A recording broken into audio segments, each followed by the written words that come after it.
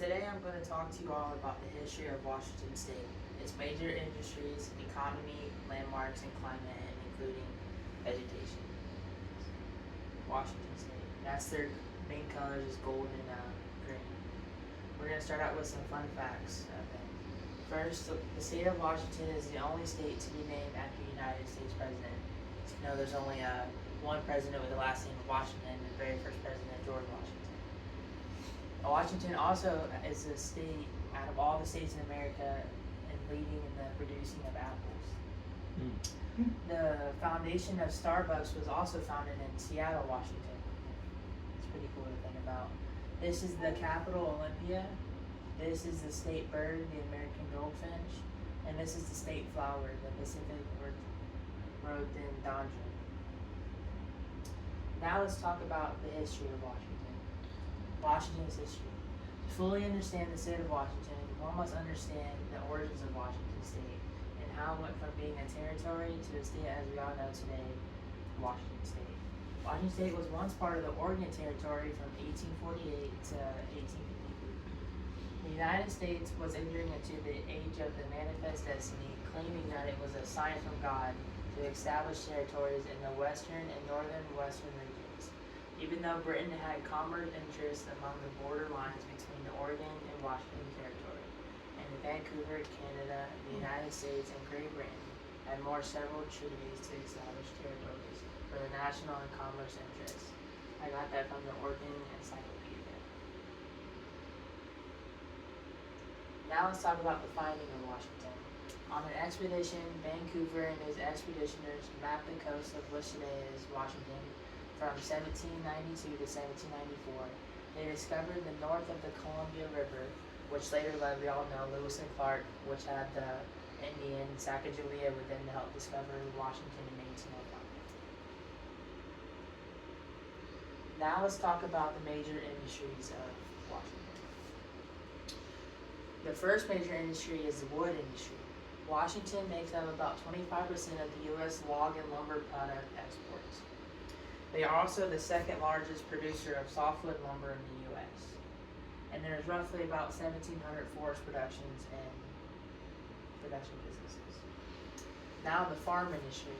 As of January 20th, 2025, the Washington State Journal wrote, to carve out common sense rules, the Senator Judy Warnick, R. Moses Lake introduced the Senate Bill 5055, which allowed the bill to make new zoning laws for all farmers, which lowered their property tax. Now it's economy. The leading economic sectors in Washington are the governments, real estate, rental leasing, and information manufacturing. I got that from Hines' book.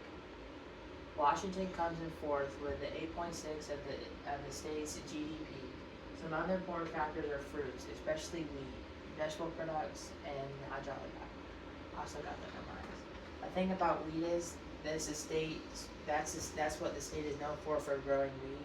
A lot of the wheat is planted in the fall, so it can be in the cold weather, which is called vernalization, and it supports many of Washington's jobs.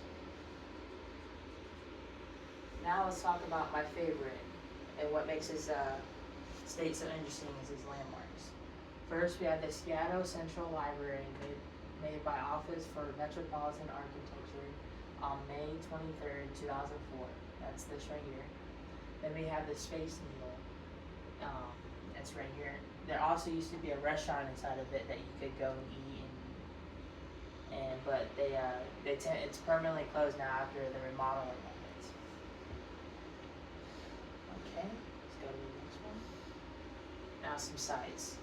The Olympic National Park right here. It's known for 32 named glaciers in this entire park.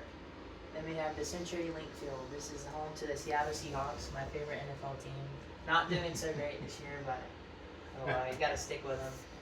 And then we have Mount Rainier. This is the tallest mountain in all of Washington, and it's an active volcano. The last eruption was in the 19th century, which is not that far away from where we're at now. Okay, now we have monuments. We have the Mount St. Helens right here. Its last eruption was in July 10th in 2008. Unfortunately, it cost 57 people their life, and a lot of animals died from it. approximately 200 homes were destroyed because of the eruption of the volcano. This is the Stonehenge monuments. It said it was created around 3000 BC. We don't really know, but about a long time ago. And then the statue of Vladimir Lenin was created in 1995. What? Yeah. And then now we're moving on to our last point, which is climate and vegetation. Washington's climate has two distinct climate zones, mild and humid in the west. Washington summer is usually the hottest, around 79 degrees, so they don't really get too hot. In the state, it's usually mainly cold. And the coldest is around 46 degrees Fahrenheit. While the east has warmer and cooler summers and winters.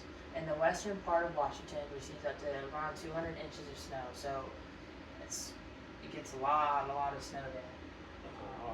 And in the east, instead of snow, it gets rain, which can be 6 inches annually, which isn't a ton compared to where we're at in Florida. Florida gets a lot of rain. And I got that from the Washington's Diverse Climate and Geography.